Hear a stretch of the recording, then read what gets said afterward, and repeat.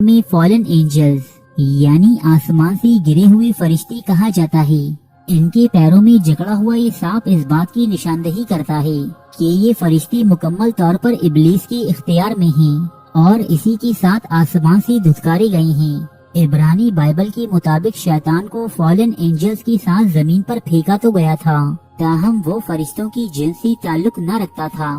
دوستو، fallen angels کی اصطلاح تاحال کسی بھی یہودی لٹریچر میں موجود نہیں، تاہم یہودیوں کی ایک قدیم منسوخ کردہ کتاب ہنوک میں ایسی فرشتوں کا ذکر ملتا ہے کہ جنہوں نے شیطان کی خدا تعالی سے بغاوت اور فرشتوں سے لڑی جنگ میں اس کا ساتھ دیا اور اسی کے ساتھ راندائے درگاہ کر دیے گئے۔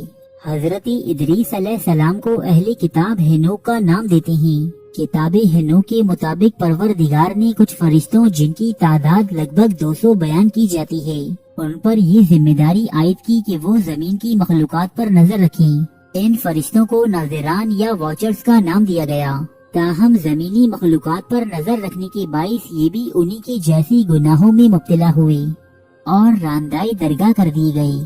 کتاب ہنوک میں آسمان سے دھتکارے ہوئے بعض فرشتوں کے نام بھی درج ہیں، مثلا سمائیل، ایزا اور ایزائیل۔ کتاب ہنوک نامی یہ دستاویز یہودیوں کی جانب سے 3 صدی عیسوی میں منسوخ کر دی گئی تھی، تاہم یہودی ربیوں کی اکثریت اور اہل مسیحیت آج بھی فالن اینجلز نامی اس کہانی پر مکمل یقین رکھتے ہیں، جس کی وجہ بائبل کتاب پیدائش میں بیان ہونے والی چند آیات ہیں۔ ان آیات میں بیان ہوتا ہے کہ جب زمین پر بنی نو آدم بہت زیادہ پھلنے پھولنے لگی اور ان کی ہاں بیٹیوں کی پیدائش ہوئی، تو فالن اینجلز یعنی آسمان سے دھتکارے ہوئے فرشتوں نے انہیں دیکھا، انہیں چنا اور ان سے بیاہ رچایا۔ حالانکہ بائبل میں یہ لفظ یعنی فالن اینجلز استعمال نہیں ہوا ہے، تاہم اہل کتاب دانشوروں کی ایک بڑی تعداد اس بات پر متفق ہے کہ یہ آیات آسمان سے گرے ہوئے فرشتوں کی جانب ہی اشارہ کرتی ہیں۔ انسانوں اور فرشتوں کے مابین اس غیر فطری تعلق کے نتیجے میں جو اولاد پیدا ہوئی وہ نفیلیم یا جبارین کہلائی۔ یہ ایک انتہائی دیو ہیکل نسل تھی جو بہت بڑے اور قداور لوگ تھے۔ آسمان سے گرے ہوئے فرشتوں اور انسانوں سے پیدا یہ نسل بہت ہی سرکش اور گناہ گار تھی۔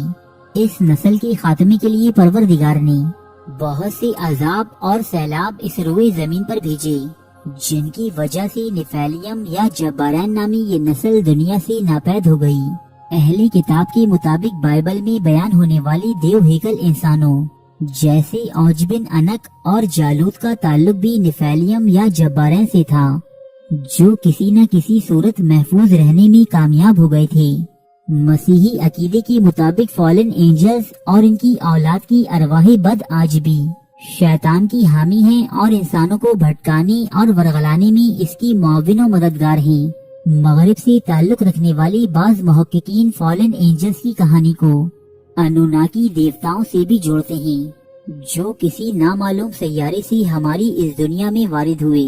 انہوں نے ہی اہرام مصر جیسی بلند و بالا عمارات قائم کی اور زمین کی باسیوں کو لکھائی دھا سازی اور فصلیں اگانے جیسے فنون سے آراستہ کیا۔ انوناکیس کی یہ کہانیاں عراق سے ملنے والی قدیم تختیوں پر درج ہیں، جن کی عمر ہزاروں سال قدیم ہے۔ عام یہود و نصارہ کے نزدیک فالن اینجلز بھلے ہی ایک کہانی یا روایت ہو، تاہم یہودیوں کی قبالہ مکتبہ فکر سے تعلق رکھنے والے افراد ان پر مکمل یقین رکھتے ہیں۔ قبالہ مکتبہ فکر کی معروف کتاب ظہر آسمان سے دھتکارے ہوئے ان فرشتوں کے بارے میں کافی تفصیلات فراہم کرتی ہے۔ یہ ان کے نام بھی بتاتی ہے، انہیں انسانوں میں موجود مختلف برائیوں سے منسوب کرتی ہے اور ان سے مدد لینے کے طریقے بھی اس کتاب میں درج ہیں۔ یہودیوں کے ساتھ ساتھ مختلف مسیحی فرقے جیسے کیتھولکس اور پروٹسٹنٹ بھی فالن اینجل سے متعلق مختلف نظریات و توہمات پر یقین رکھتے ہیں۔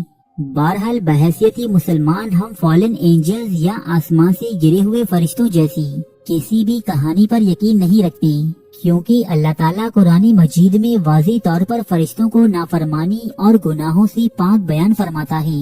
دوستو، امید ہے کہ فالن اینجلز یا آسمان سے دھتکارے ہوئے فرشتوں کے بارے میں آپ نے اس سے پہلے کبھی نہیں سنا ہوگا۔